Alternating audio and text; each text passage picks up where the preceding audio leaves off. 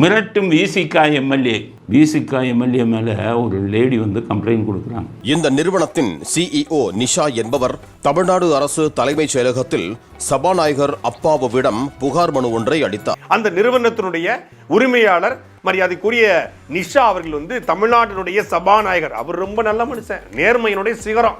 அவர்கிட்ட போய் புகார் கொடுத்துருக்காங்க. எந்த பயனும் இல்லை. அப்பாவிட்ட போய் கம்ப்ளைண்ட் கொடுக்குறாங்க. யார்கிட்ட போய் கம்ப்ளைண்ட் கொடுக்குறீங்க? அவங்ககிட்ட போனால் நடவடிக்கை எடுப்பாரா? அதுவும் அப்பாவை போய் நடவடிக்கை எடுப்பாரா? அவரே லேண்ட் கிராபிங்ல மாட்டினாரு. அவரு தான் நடவடிக்கை எடுக்கிறேன்னு போராடுற வரைக்கும் போராடி பார்க்குறோம். முடியலன்னா குடும்பத்தோட விஷத்தை வாங்கி கொடுத்து சேர்த்துப்பாரு. திருப்போரூர் எம்எல்ஏ அவர்கள் திரு பாலாஜி சார் அவர்கள் வந்து நிறைய ப்ராப்ளம்ஸ் பண்ணிகிட்டே இருக்காங்க எங்களுக்கு. ஆக்சுவலாக இது என்னென்னா பிரைப் கேட்டாங்க, நாங்கள் அதை கொடுக்கல, எங்கள் கம்பெனி கொடுக்கல. அதுக்காக அவங்களே சொல்கிறாங்க, நீங்கள் மட்டும் சம்பாதிக்கிறீங்க, இந்த ப்ரைவேட் கம்பெனி மட்டும் சம்பாதிக்குது அப்படிலாம் சொல்கிறாங்க. ஏண்டா இப்படி திருடி போய்க்கிறியோ? மரியாதை மரியாதை உனக்கு என்னடா மரியாதை?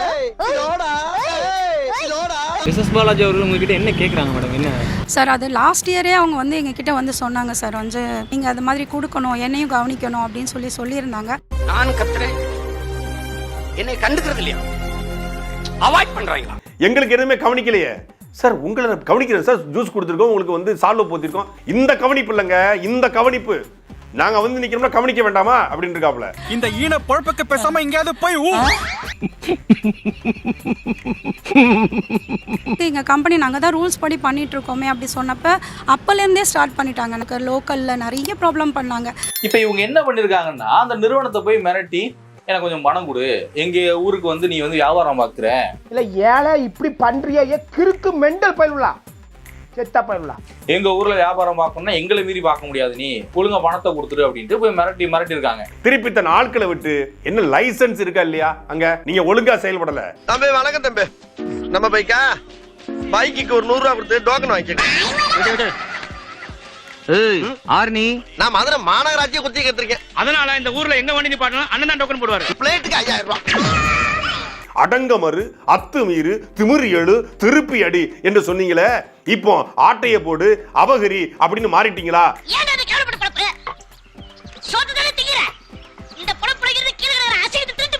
இது குறித்து விளக்கமளித்த எம்எல்ஏ பாலாஜி, மக்கள் தங்களுடைய அச்சத்தை வெளிப்படுத்தினாங்க. மக்களுடைய உயிருக்கு அச்சுறுத்தல் ஏற்படுது. நீங்க வந்து தாழ்வா பறக்கும் போது அந்த சத்தம் மக்களை தூங்க விடாம இரிட்டேட் பண்ணுது. ராத்திரி 11 மணிக்கு 1, 1 மணிக்கு 1, அசந்து தூங்குற நேரம் 3 மணிக்கு 1, அதிகாலை 5 மணிக்கு 2, இப்படி ஏற இறங்கன்னு தலைக்கு மேலேயே சுத்தி தெரிஞ்சுக்கிட்டா மனுஷ மக்கள் எப்படி சார் தூங்குறது? காத்துல அந்த ஹெலிகாப்டருடைய அந்த காத்தாடி சுத்தும் போது ஒவ்வொருத்தரும் பக்கன்னு பதட்டமா இருக்கா இல்லையா ராஸ்கல்ஸ்? அதனால நீங்க பறக்கப்படாது அப்படின்னு இருக்காங்க. ராத்திரி பூரா சவுண்ட் கொடுத்துட்டே பிளேட்டுகள் பறந்துக்கிட்டா மனுஷ மக்கள் எப்படி சார் குழந்தை குட்டியோட தூங்குறது? ஹெலிகாப்டர் பறக்கும்போது சத்தம் வரதான் செய்யும். சத்தம் வராம நாங்க என்ன சைலன்சர் வச்சா வண்டியை ஓட்ட முடியும்? இல்ல ஹெலிகாப்டருடைய அந்த காத்தாடியை வந்து புடுங்கி போட்டா ஓட்ட முடியும்? ஹெலிகாப்டர் காத்தாடி இருக்கும், காத்தாடினா சத்தம் வரதானே சத்தியம். இந்த மாதிரி சவுண்டோட பறக்க வர்றதுக்கு யார் சார் உங்களுக்கு பெர்மிஷன் கொடுத்தது? இப்போ என்ன ஆயிடுச்சுன்னா, விவேக் சொல்லுவாப்ல, லைசன்ஸ் இருக்கா இருக்கு, இன்சூரன்ஸ் இருக்கா இருக்கு, ஆர்சி புக் இருக்கா இருக்கு, வேற என்ன நம்மகிட்ட வேற ஏதோ ஒரு எதிர்பார்க்கறது போல அப்படிங்கிற மாதிரி வேற எதையோ பாலாஜி எதிர்பார்த்துக்காப்ல. ஆமா, நீங்களா யாருடா? நாங்க யாரா? நாங்க சமூக ஆர்வலர்கள் சார். எது சமூக ஆர்வலர்கள்? அங்க வந்து ஹெலிகாப்டர் ரைடு வந்து நடத்திட்டு இருக்காங்க. அதன் மீது வந்து தங்களுடைய அச்சத்தை வெளிப்படுத்தினார்கள். பறக்குது இந்த ஹெலிகாப்டர் எந்த வருஷத்துது, என்ன மாடலு, அதை யார் சர்டிஃபை பண்ணிருக்கா, இதையெல்லாம் மாநில அரசு அல்லது இங்க இருக்கக்கூடிய நிர்வாகம் அதையெல்லாம் தெரியாத இருக்கிறதா என்பதை பார்த்துவிட்டு. அவ்வளவு நல்லவங்களா இவங்க? உங்க முகரக்கட்டையெல்லாம் பார்த்தா அவ்வளவு நல்லவங்க மாதிரி தெரியலையேன்னு விவேக் சொல்ற மாதிரி அவ்வளவு நல்லவங்கன்னா ஒண்ணு இல்லையே. இவருதான் மானஸ்தன். வணக்கம். மானஸ்தனா? மூஞ்சி பார்த்தா அப்படி தெரியலையே. மூஞ்சில திருட்டுக்களை தாண்ட மாறுதுடா. அது உங்க குடும்ப கிடையாதா, அதை மாத்த முடியாது. சமூக வலைதளத்துல யார் தவறு செஞ்சாலும் தட்டிக்கக்கூடிய ஒரே நபர் டாக்டர் ஷர்மிளா. அந்த ஷர்மிளாவுக்கு மட்டும் இந்த விஷயம் தெரிஞ்சு வச்சுக்கோங்களேன். புடுங்கிருப்பாரு, அப்படியே ஒரே புடுங்க புடுங்கி இங்க நட்டுருப்பாரு. வாய் என்ன வாயை வச்சுக்கிட்டு இது பேசுது. நம்ம அக்கா டாக்டர் ஷர்மிளா அவர்கள் இருக்காங்கல்ல, அவருடைய ஹஸ்பண்ட் இந்த எஸ்எஸ் பாலாஜியுடைய மனைவி தான் ஷர்மிளா அவர்கள். எல்லாரையும் கேள்வி கேட்பீங்களே, அக்கா ஷர்மிளா அவர்களே, உங்க கணவரே இப்படி கை நீட்டி காசு வாங்கியிருக்காங்களே, காசு கேட்டிருக்காரு, அதை கண்டிக்க மாட்டீங்களா? நீங்க என்ன சார் சொன்னீங்க? நான் நெருப்புடா. இனிமே நீ ரெடிமேடு அடுப்புடா. தகுதிக்கு மீறி பேசாத. இப்படி எல்லாருடைய தவறையும் சுட்டிக்காட்டுற நீங்க இப்படி அடுத்தவனை மிரட்டி வர்ற காசுல தான் வாழணுமான்னு நான் கேட்கல, உங்க கமெண்ட்டுக்குள்ள 4 பேர் கேட்கறான். நான் ஒரு முளை கயிறு தருகிறேன், அதை வாங்கி கொண்டு போய் ஒத்த புளிய மரத்தில் தூக்கில் தொங்குங்க. விசிகா அப்படின்ற கட்சி, விடுதலை சிறுத்தைகள்ன்ற ஒரு கட்சி திமுகவுக்கு அடிமை கட்சி. அதையும் தாண்டி உங்களுடைய பொழப்பு என்னன்னா மிரட்டி பணம் வாங்குறது. நல்ல சாவு வருமா? செத்தா குளிப்பாட்ட தண்ணி கிடைக்குமாடா? பொணந்துக்கு வண்டி கிடைக்குமாடா? மிரட்டி பல்வேறு நிறுவனங்களை காசு வாங்குற குற்றச்சாட்டு பல வருஷமாகிறது. குறிப்பா இந்த வன்னியரசு போன்ற நபர்கள் பல நிறுவனங்களை மிரட்டி காசு வாங்கிய குற்றச்சாட்டு சமூக வலைதளத்தில் பல இடத்துல தொழில் செய்யக்கூடிய ஓனரை போய் மிரட்டி எங்க அண்ணன் வராரு, மாநாடு நடத்த போறாரு, நாங்க கொடி நட போறோம், வேம்புலியம்மன் கோவிலுக்கு கூழ் ஊத்துறோம், டொனேஷன் எடு. கூழு குடிக்க வேணா வர்றேன், குடுக்கறதுக்குலாம் ஒண்ணும் இல்ல. அப்புறம் எதுக்கு கடை நடத்துற? கட்ட பஞ்சாயத்து பண்ணிக்கிட்டு காசு புடுங்கிறதா விடுதலை சிறுத்தைகள் கட்சியோடைய ஒரே வேலை. அண்ணனுக்கு இந்த விஷயம் எதுவுமே தெரியாது. அவர் அதுல கரெக்டா இருப்பாப்ல. காசு வாங்கினது தெரிஞ்சது அப்படின்னா தொலைச்சிருவாப்ல ஆளு. டைட் வகிடு எடுத்து சாஃப்டா பேசின சரத் பாபுன்னு நினைச்சிய? அவர் தான்டா மெயின் வில்லன்.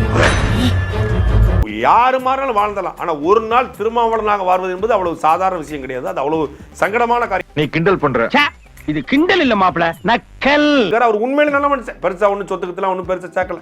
ஒரு 5-6 வீடுகள் தான் இருக்கிறது. பெருசா ஒன்றும் சொத்துக்கத்துலாம் ஒன்றும் கிடையாது. ஒரு விசிக்காக்குன்னு ஒரு 1000 கோடி சொத்து இருக்கும் வழியா மறுபடியும் தனிப்பட்ட முறையில் அவருக்கு எதுவுமே சொத்துன்னு அவர் சேர்த்துட்டு கிடையாது. அம்மா இப்படி என்ன கிளம்ப வேண்டியதானே?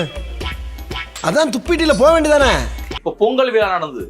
இந்த பொங்கல் விழாவில் ஒரு விசிகாவுடைய மிக முக்கியமானது மாவட்டத்துக்குள்ள இருக்கக்கூடிய ஒரு பொறுப்புல இருக்கக்கூடிய ஒரு நபர், ஈரோடு விசிகாவுடைய மாவட்ட செயலர் ஈஸ்வரன், அவருடைய ஒரே மகன் நிசாந்த், அவருடைய நண்பன் தீனதயாளன், இன்னொரு நண்பன் சுரேஷ்.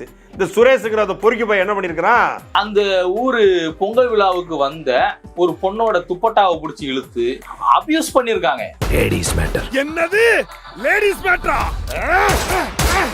பொம்பளை சோக்கு கேக்குதாடா? பொம்பளை சோக்கு. இந்த பக்கம் பணம் கேட்டு மேட்டல்னா அங்க பாலியல் சிண்டல். அருமையா இருக்குனே உங்க பிஹெச்டி. அடங்கமறு அத்துமீறு திமுறியலு திமுகவுக்கு எதிராக இல்ல, பொண்ணுங்களுக்கு எதிராக. இதுதான் இவங்களுடைய ஒரே நோக்கம். நீ கேட்ட ஒவ்வொரு கேள்வி என்ன செருப்பால் அடிச்ச மாதிரி இருக்குடா. மாதிரி இல்ல, உண்மையிலே செருப்பால தான் அடிச்சது. சரி, இந்த வீடியோ பிடித்து இருந்தால் சேனலை சப்ஸ்கிரைப் செய்யவும், ஏதாவது குறைகள் இருந்தால் கமெண்டில் போடவும், அப்புறம் மறக்காமலே போட்டிருந்த வரட்டாமாம் வீடுறதே. வரண்டா Chinnasamy. Hey guys, this is your editor.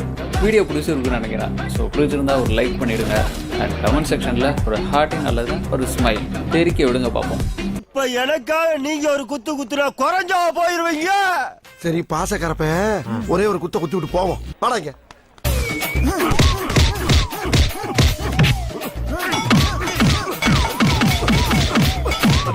போதுமில்லடா போடா.